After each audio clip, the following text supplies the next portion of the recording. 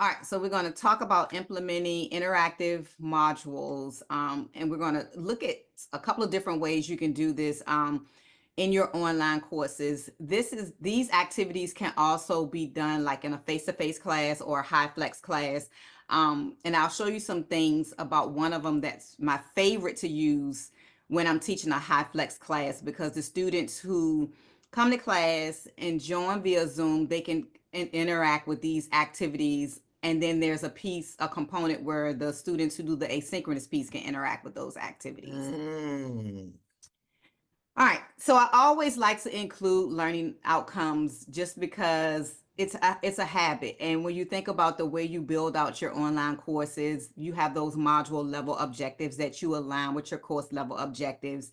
And it should always complement or align with the content that you're introducing. So my 2 learning objectives: identify and explain different types of interactive elements that we can use in our online classes. And then we're going to design, we're not going to actually do it, but I'm going to walk you through how you can design and implement a basic interactive module for an online course using one or more of these methods.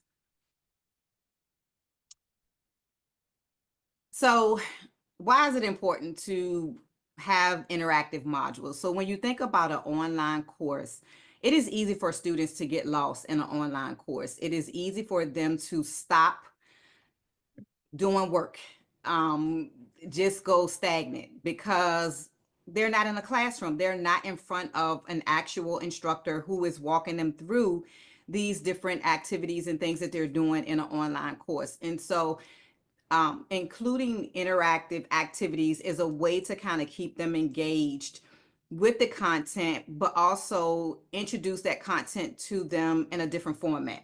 So we know when we're building our online courses, sometimes they can be very text heavy, or we're using videos.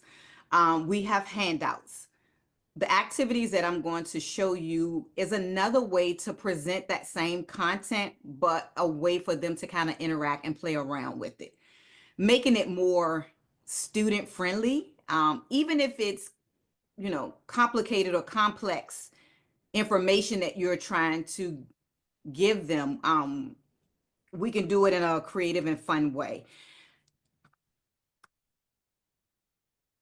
So one of the things I love about these activities is that it does really increase engagement. I used to love when my students will tell me that, oh, I enjoyed this game, or this was really fun. I was able to see, what it would look like when I get ready to take my quiz, because one of the activities I use as like a study guide, and the students get to actually answer questions that will be on a quiz or a test. And one of the things that I learned from the students in them using one of these activities is that they changed it to meet their level of understanding. And so I'll show you what I'm talking about in a minute when we get to one of the interactive activities that I incorporate into the modules. It improves learning outcomes because, again, it's something that they want to participate in, because, again, it's not text heavy. They don't have to sit and read, a whole bunch of text. They get to actually play with a game, gamification. They get to explore based on their level of understanding. It enhanced retention, of course, and it increased that motivation, because, again, they can change it the way they see it or the way that works best for them.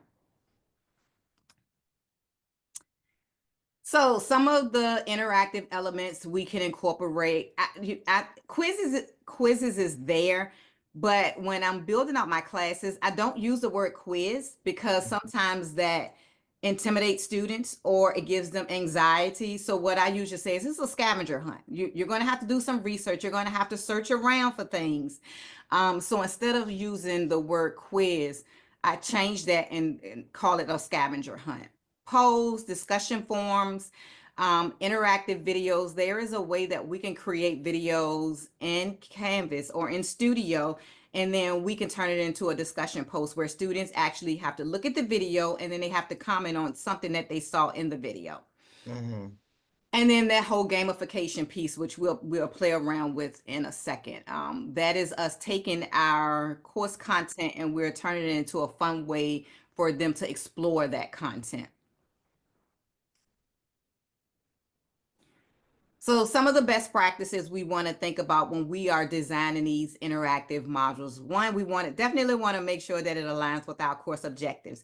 Hence the reason why I put those learning objectives on slide 2, because I want participants to see how, even though this may be, there may be some fun activities that we're going to be doing, you can still see how it's going to align with what we are talking about in this module. Accessibility, you're going to see how one of those activities where students can change it to meet their needs, what works best for them. Clear instructions. Whenever I do activities, I always make sure that there are clear instructions that students understand what they're supposed to do with the activity. Sometimes we can make instructions so broad or so vague that that's where all those emails come into play. I don't understand what you're asking me to do. Can you clarify a little bit more? And so just making sure that those instructions are clear. And one of the ways you could do that is have a student test out your instructions. Say, hey, could you look at these instructions for me and tell me, what are you supposed to do with this activity? If they can tell you, then they are clear. If they have questions, then we may need to think about rewording some things because they're not as clear as they could be for students. Feedback and assessments. So all of this should align. When we create these little gamification activities, they should be aligning with your broad assessment. What do you want the students to get from that module? What should they take away? And you should see that evident in their assessment. Feedback you give them, make sure that it is constructive feedback. You start off with something that they did really great. You tell them what they need to improve, and then you end with something that they did that was great. So kind of like what we call that little praise sandwich when we are giving that feedback. And the variety of activities. We definitely want to make sure that we have different ways because all of our students learn differently. They have different preferences, whether it's they want to read, they want to listen, they want to do. There should be a variety of things for everybody who's in your class. And with that variety, something should pique their interest for them to explore the content. All right. So let's talk about our resources and tools and some of the activities that I do in a class, especially my online classes and my high flex classes, just because of the different modalities.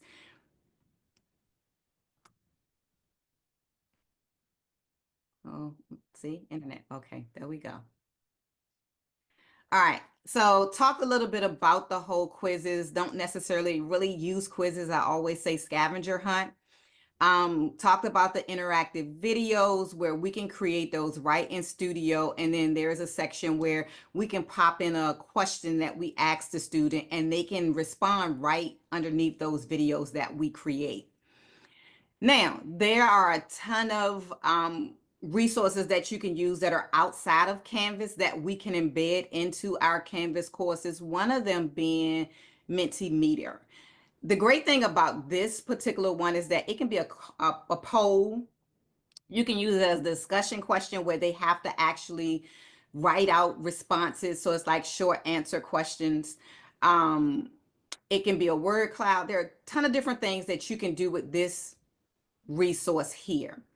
And so I'm going to, it took a real go. Sorry. If you click on this QR code, it will take you to the activity that I have set up for this particular resource.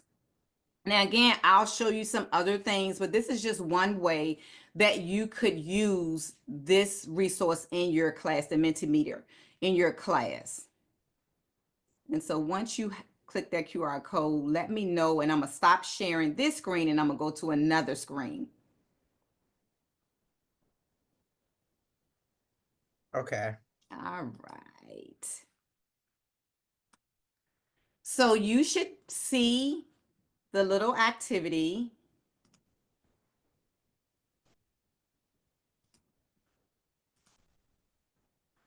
And so this is what it looks like on your end as the instructor. Okay. Okay.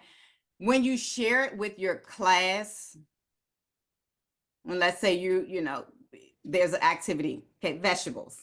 Okay. This is what it looks like if you were in like a high flex classroom and you wanted to show it on the screen so everybody could see what's happening with that poll. Okay. Some other things, the cool thing about this particular resource is that you can pick and choose what you want to create for your students, and just to kind of give you a idea. Oh.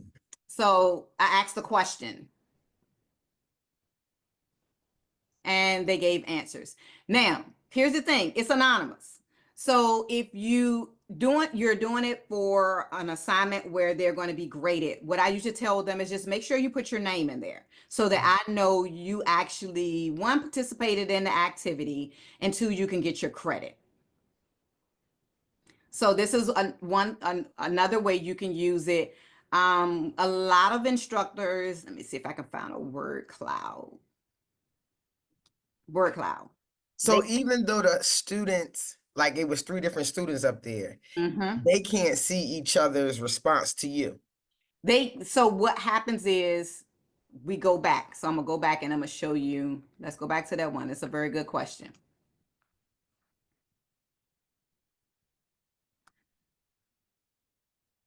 So this is what it looks like when it's presented. So something like this, I would use like in my high flex classroom. May not necessarily use it in an online class because without them being able to see this, they won't be able to see responses. I'll show you another resource that I use in my asynchronous courses. But this is what I would share on screen for students to be able to see what someone said. Okay. And this is where they would add it. This is just another way you could use it. Going back.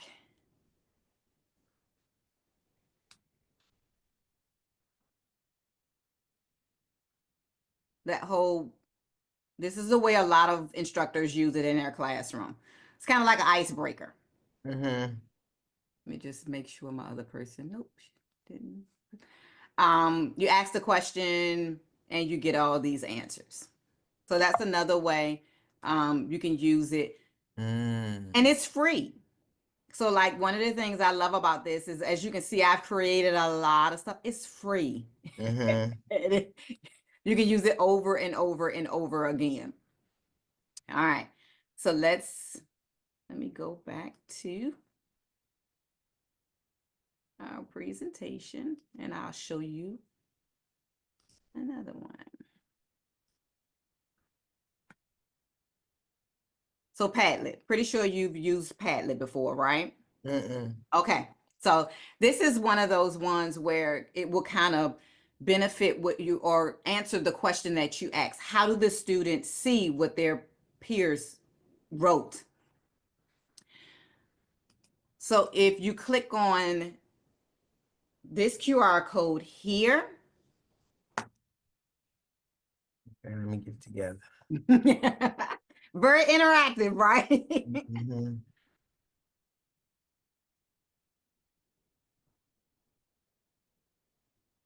Okay. All right. So now I'm gonna stop sharing and I'm gonna take you to another screen. So you can see. So this is the back end. Now here's the thing with Padlet. Padlet is great, but you only get 3 free that you can create. However, if you archive those 3, you can create 3 more. So if I showed you the back end of the Padlets that I've created, like this is one I created back in September. And I had to archive it because I wanted to create some new ones. And so I went back and I said, oh, I'm doing this training again in March. I need to so you can unarchive it and bring it back. You do have to do a little bit of work which I found out very at last minute, to get it where you need it to be so that participants can see it. Because when you are creating, so over here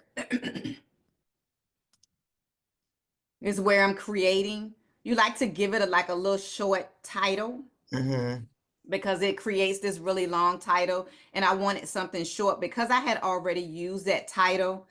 It gave me a little bit of trouble, so I had to change a word or two to fix it. But this is another one. This is one of the ones that you can use in your asynchronous course. And what I tell students is this is what it looks like on your end. There's the question, there's the QR code. But I tell them, make sure you write your name so that one, you can get credit. And then once that bubble pops up, they can see whatever, once they log in, when they click on that pencil or that plus sign, they can see what others have already written. Okay. So this is one that you can use in your online class, and they can't actually see. You don't have to do anything extra for them to be able to see their peers posts. And this is just another way to kind of have that engagement piece in your classroom without it always being that same old discussion board that we use in Canvas. It helps students think outside the box. It introduces them to other platforms because at some point one day they may be using those platforms. So why not start introducing them to them in your college courses? So that is another one. I'm going to go back again to our PowerPoint. IdeaBoardz is another one. This one is totally free as well. I did not create a link for that one, so I am just going to share what IdeaBoardz look like.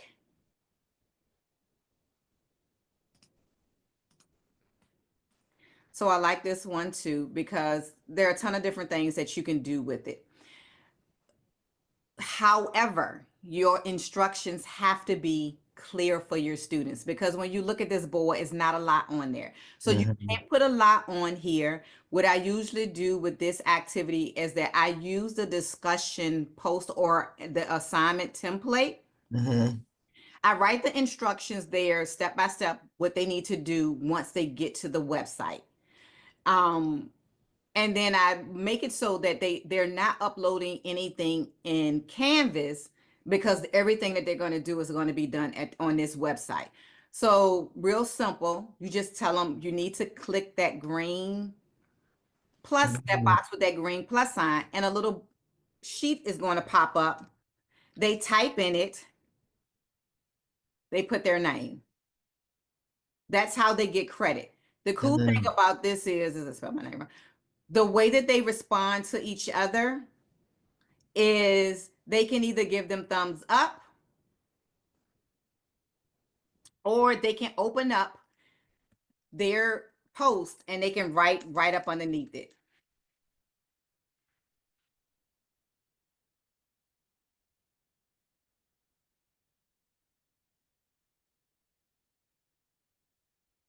And keep it moving.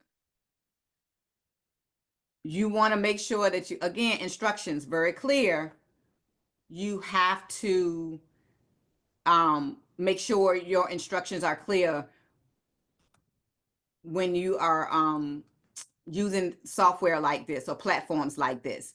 But there are a ton of different things that they can do over here as well. And so as long as you have explored this, they can put stuff here. This is actually new. So I'm learning something new because before this wasn't here. But they can even type stuff here on a whiteboard. So this turns into a whiteboard. So you can use this as a whiteboard for like brainstorming. It can be used in your high flex classes, your asynchronous courses, as well as your face-to-face courses, because there's so many different things you can do with it. And again, it's free. This is one of the free platforms that I love. All right, let's go back. I got one more that I am going to share.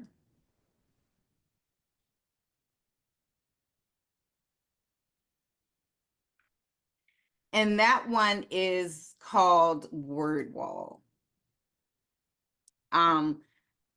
So here's the thing with Wordwall. It's free to a certain extent.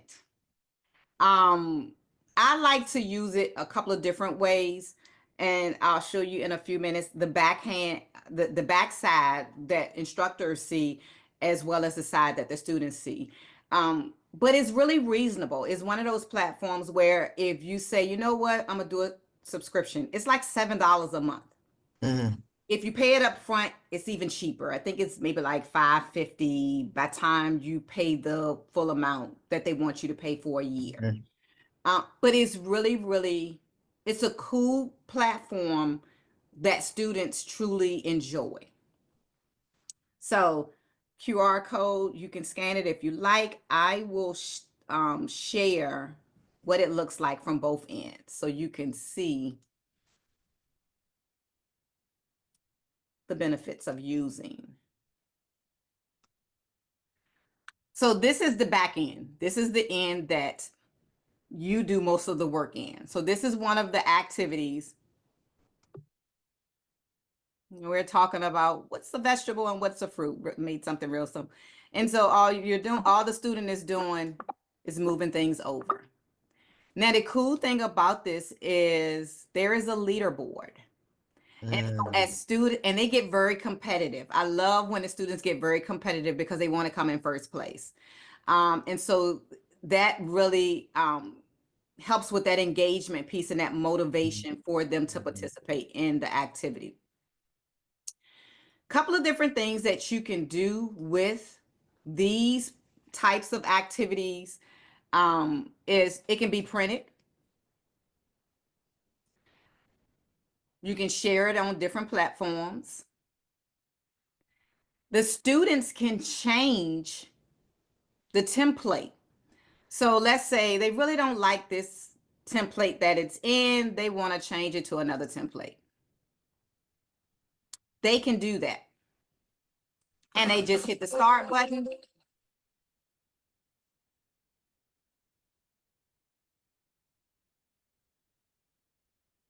And this you can still grade this. So the way that it works is it's more of an engagement piece than anything. It's, a lot of times I use this for like if they have an exam. And so it's a way for them to kind of practice what's going to be on the exam or similar things that's going to be on the exam. So here are a couple, and you can turn it into a PDF as well. And I normally use that with my students who, let's say if I create something and I'm using it in a high flex classroom where there are students in Zoom and in the classroom who are actually doing the activity there, but then they want to use it as like a note taker. They want to be able to take notes. I can put it into a PDF.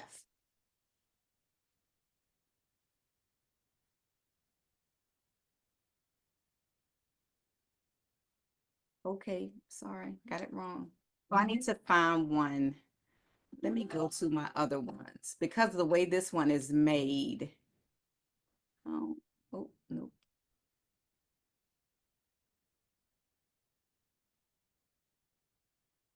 Actually, log in.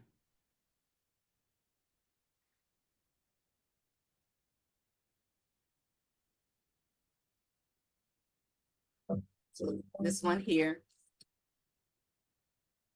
they have to match the word to the summary or statement.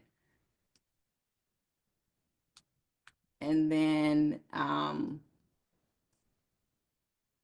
you can set it as an assignment. So it depends on the template you use, whether or not you can create an assignment for it. And the great thing about it is you can set a due date, all of that good stuff. So you can use it. You just have to figure out, like, this is one of those ones where, yeah, we're going to turn this into an assignment and you just embed it into, I don't recommend using this. What I usually do is, because when you start embedding codes and things like that, I usually do the share, and it gives you a link that you can pop into your classroom for that assignment. Even if you click the assignment button. Yep. Okay. If you click the assignment button. So here it is. You tell it what you want it. So students must enter their name before they can start. You give it a deadline. You can decide whether or not you want to show the answers after they've done it. You can base it on what you want it to be. So like if it's going to be used for like a study guide. So you might grade it, but you want them to be able to see the answers so that they can have something to study with. Okay. So you pick and choose how you want it to, how that you want that assignment to be set up. There is a way that you can, oh, this is how you actually put, you give your title, your activity a title, you put the instructions, and then you add your content. Okay. And it's self-explanatory. It is really, really easy to use. But it can be overwhelming because there's so many different things that you can choose from. So many different, templates that they offer. And again, you can turn it into a I have two different accounts. You can turn it into a PDF. So you can pop that PDF right into your Canvas class where students can download it and write on it if they choose to do so. What I usually do with my PDFs is that I turn them into a fillable PDF where they are able to type right in that fillable PDF. The only Okay. downside to doing that is you have to remind students when they save it, they have to give it a new title, because what happens is if they save it with the same title, it wipes out everything that they put in that document. So they're Okay. saving a blank document. Ah, okay, okay. But that's another kind of interactive way that you can incorporate these things into your classroom and students can use them as note takers. All right, let's go back. So that was my Wordwall example. Tips, I always recommend testing things out before you actually use them with your students. My Padlet, I had to go back and fix it because I had archived the Padlet for this particular training, and I had to go back and do a little bit of work.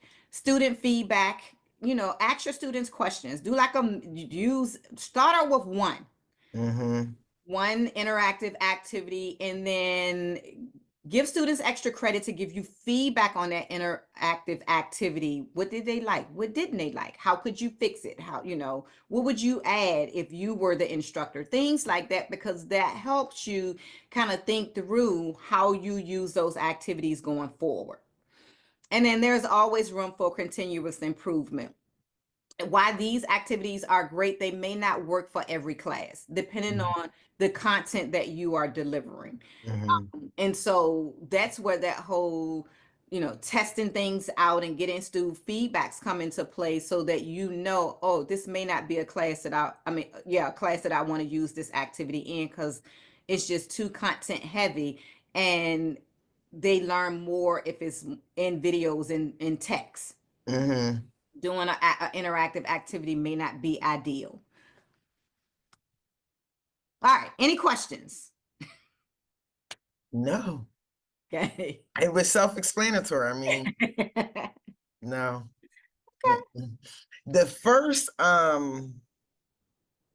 two things that you showed me is similar to some of the things that we do in when I launch some of the assignments in Connect. They have a chance to, whether they reading something, whether they're doing an interactive video. So I was like, okay, I'm on the right track. But okay, now I got some other things that I can Implement. Mm-hmm. And it could even be something where it doesn't necessarily have to be that you're using it for content all the time. It could be a way as an icebreaker. at the beginning of the semester or the beginning of the class. It's Yeah, that's what I was thinking about too. Like those first set, that first week when we do like the syllabus or the introduction, having some of that. Yeah. Yep, sure can. All right. Okay. So let's go back.